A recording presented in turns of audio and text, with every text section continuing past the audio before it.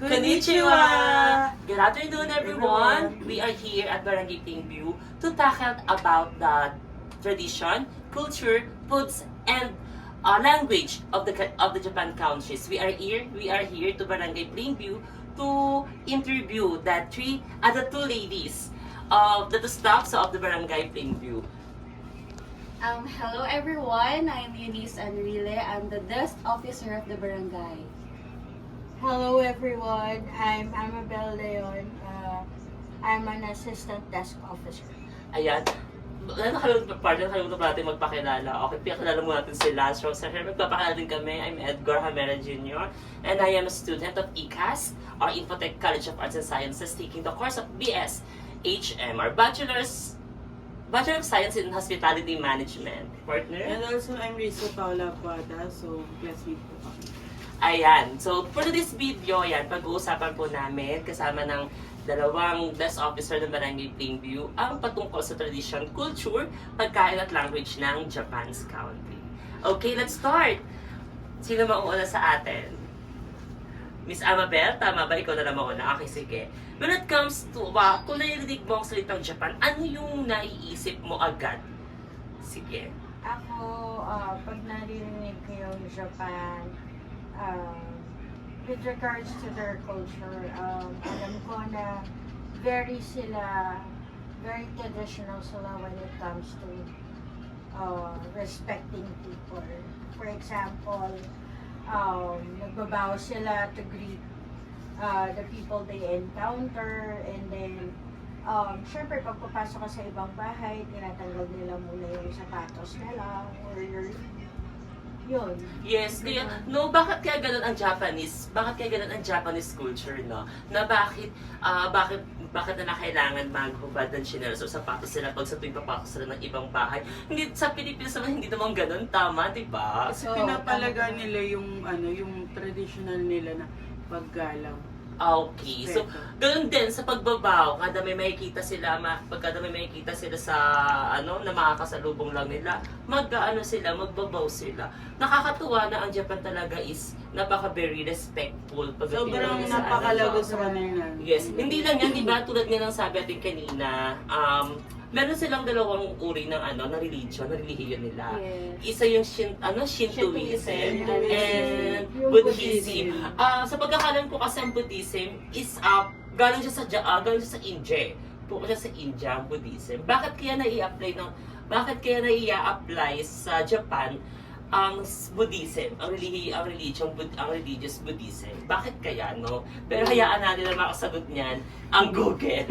Charot. Okay, charot lang. Okay, Mima Risa, so ikaw? Sa naman pa, it comes to food naman po, ano yung mga unang naiisip niyo po? Also, natikman niyo na rin po dito. For me is sushi and ramen. Yeah, that's my favorite food. Japanese food that na nakain ko na dito sa Philippines kasi this is my favorite food. Yes, kasi maraming Masarap marami dito sa Pilipinas na mga Japanese foods. Hindi ko alam Japanese foods dito sa Pilipinas, di ba? Kahit wala tayo sa bansang Japan, nararamdaman pa rin natin yung culture nila dahil meron na nga sa Pilipinas na tinatawag na Japanese culture. At Japanese restaurant. Ayan na kung saan sa Japanese restaurant, lahat ng pagkain talaga ng Japan nandun, di ba? Isineserve nila sa mga gustong kumain ng Japanese foods. Kumpara mo may kasi sa noodles natin, sa atin kasi like Lucky Me, okay na. Sa kanila kasi may mga toppings pa. Kaya mas lalong sumasarap. So, iisa lang ba sila ng noodles? Tulad din sabi mo, di ba, Mami? Hindi, may magkaibang magkaibang noodles sila. Okay. Talaga, hindi naman, naman sa Philippines, masarap naman talaga yung holiday natin. Pero sa kanila kasi may other toppings pa sila na nilalagay. So, mas kumbaga parang iba yung pakulo nila sa ramen nila. Yes, marami siyang toppings. Actually, nakadepende kasi siya sa restaurant. Kasi may mga ibang restaurant na nakaan yung luto nila sa ramen. Tapos sa ibang restaurant, pag ikino-compare mo siya lagi, nag-iiba-iba yung lasa niya. Pero yung isa okay. lang din. So, ibig sabihin, yung ramen dito sa Pilipinas at ramen sa Japan, iisa lang sila ng noodles. Ang pinagkaiba lang, magkaiba lang. Okay. At least, di ba, ngayon, ang inaano ko dito, May, yung quality talaga, Yes, yung ibang-iba. quality. Okay. Pero So, sabi nga nila, like yung mga nakakapunta na sa Japan, sabi nila, kumpara dito sa Japanese food resta dito, mas iba din daw talaga sa Japan. Dahil yung ginagamit na ingredients, quality, at the same time, sa kanila talaga. oh my God, sorry talaga kasi hindi talaga ako kumakain ng Japanese foods, Hindi promise. lang naman sushi and ramen yung nakikita Hindi natin. talaga ako pumapasok sa Meron Japanese din sila mga restaurant. bento box, Yes, di ba? mga Yung mga bento box. ganun. California maki. California maki, masarap talaga. Sashimi. Kung pakikinggan natin, masarap yung pagkain din. Yes. Pero pag siguro pag nakita ko na at di ko ano talaga yung itsura. Pero- Kasi di ba may mga Pero may try mo yung noodles, promise. Ang sarap. Okay, sige, try natin. Kasi ako talaga, hindi din ako mahilig sa mga Pero kasi di ba ganung pagkain. meron kasi sa Japan na pagkain na hilaw. Di ba Oh, meron? yes. yung sashimi siya. Sashimi. Sashimi. Ayun, Siya ayun. yung ano. Iba kasi talaga yung ano nun, lasa nun. Di ko Ano alam siya? ha, kasi Ang sashimi kasi, tuna siya. Na- hilaw, hindi na siya hilaw. niluto. O hindi man na Hindi siya, siya niluto. hindi man na siya binlunch man lang, hindi. Actually, Talagang ano lang siya. Depende siya sa sa Depende. customer kasi minsan gusto nila. Nakakain ba kayo sa May, Japanese? pero ako, May, na-try ko siyang i-fried, tapos sinawsaw ko siya sa toyo Oh, ng yun. kalamansi. Masarap naman. Pero talaga ang... Kasi di ba yung luto talaga nila, hindi naman talaga Yes. niluluto eh. Kahit man lang Yes. i-blanch or i-ano lang sa mainit. na Pwede mo tubig. siya i-steam. Pero siya i-steam. It Okay. depends on you naman. Okay, sige. So, ayun na, napag-usapan na natin yung culture, yung kultura at yung pagkain nila. When it comes sa language ng Japanese, may mga Japanese words ba kayo na may mababanggit pa kayo Naiisip Japanese Ako, words? Oo. Nung nagre-research ako, taberu means to eat. Tabiru. Oh. Taberu. To eat. Tabiru. Oo. It means to eat. Tabiru. Okay, let's tabiru na. Tama ba? Tama ba yung pagkakapronounce na?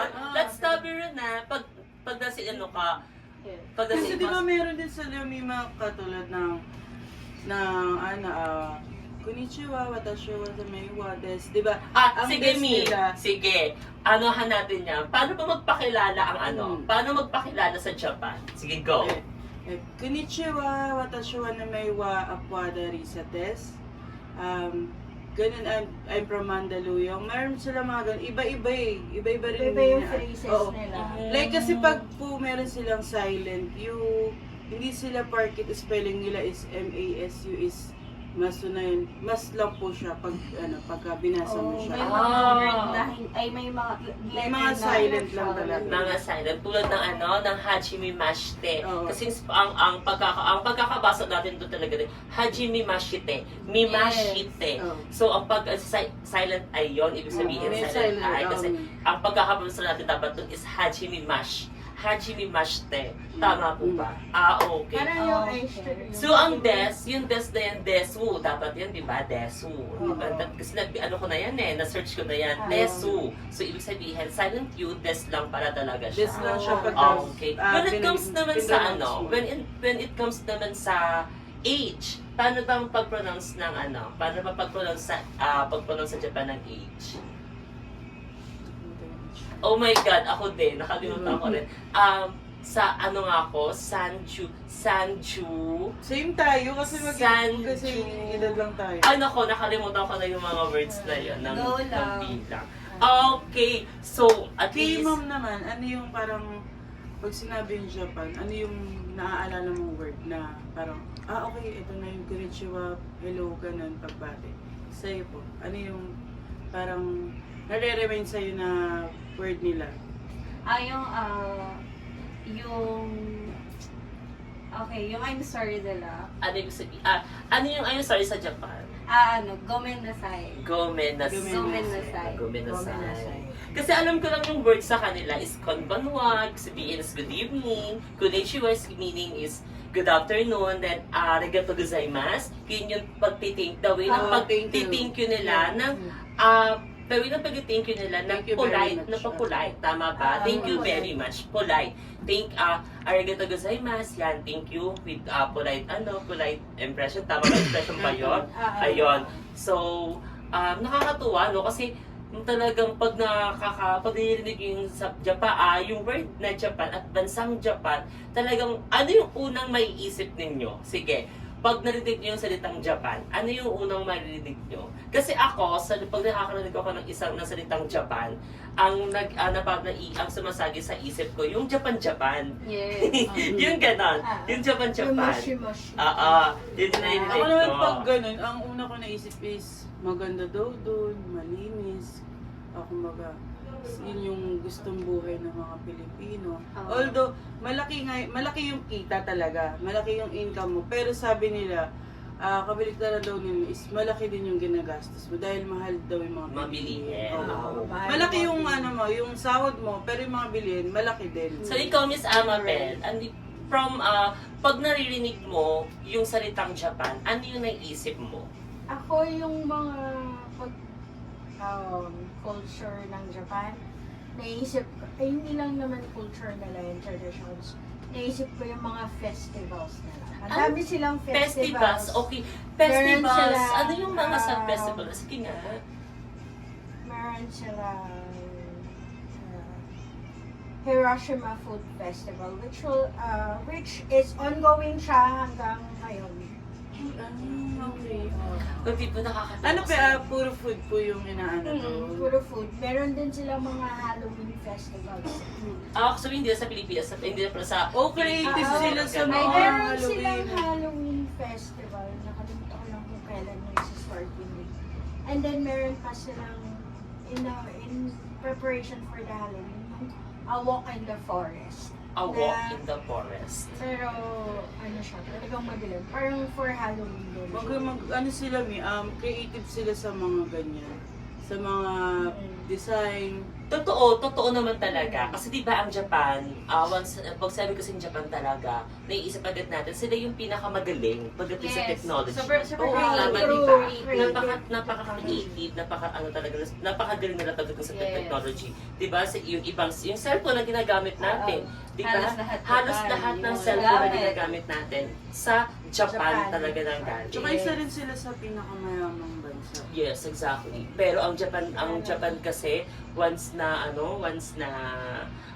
tawag dito, ang Japan kasi once na may konting sira lang yung gamit nilang gadget, agad sa kanila eh. Tapo. Tinatapon nila. Tapo. Meron din naman mga ibang bansa na ganun talaga na like, etong sapa na to, parang 1 year lang tapo na sa atin. Hanggat hindi pa sira, di ba? Kaya nga minsan, maayos, diba? Yes, kaya nga minsan gusto ko tumuna sa Japan eh. Kasi di ba? Alam mo, may mga relo doon, like yung Rolex, pag sira na, tinatapo nila, hindi nila ginawa. Kaya, sige, magpaalam na tayo. Maraming salamat po sa mga guests namin and especially sa partner ko.